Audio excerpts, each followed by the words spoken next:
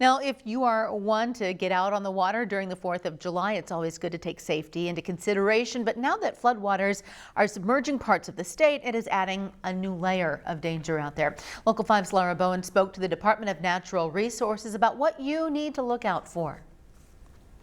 Stephanie, those waters are definitely creating challenges. In fact, the DNR tells me there's been a lot of instances of people getting separated from their boats after they tip over.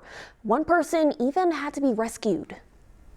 Debris can easily turn deadly for boaters and swimmers. That's a word of advice from the Iowa DNR's River Programs Outreach Coordinator Todd Robertson, because getting tangled isn't the only concern. When wood starts piling on top of each other, it becomes like a wood coffin. It can suck you in, and that's a place where you can get into a lot of trouble. He says you should never step foot in a river that's so full the land and water are at equal levels. There was 30,000 CFS volume of water coming down the Des Moines River, and I'm telling you, that is a powerful river, and the last thing you want to do is end up in the river. With or without a flood, Robertson wants anyone in or on top of the water to check the DNR's interactive paddlers map for where the low-head dams are before going out. You still have recirculation down below that where the water pours over. Kind of looks like a waterfall, but then it hits the water below it and it causes like a washing machine. And there are multiple ways to figure out whether a body of water is safe to boat in. Check the flow rate,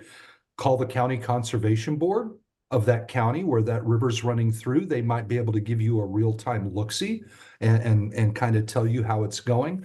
Talk to other experienced paddlers. Robertson warned swimmers to avoid all rivers. Some lakes, however, are good to go.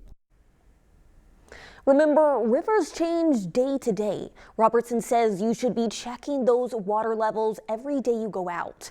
Now, that doesn't mean every single body of water is a no-go. Just be smart and keep these tips in mind. Stephanie?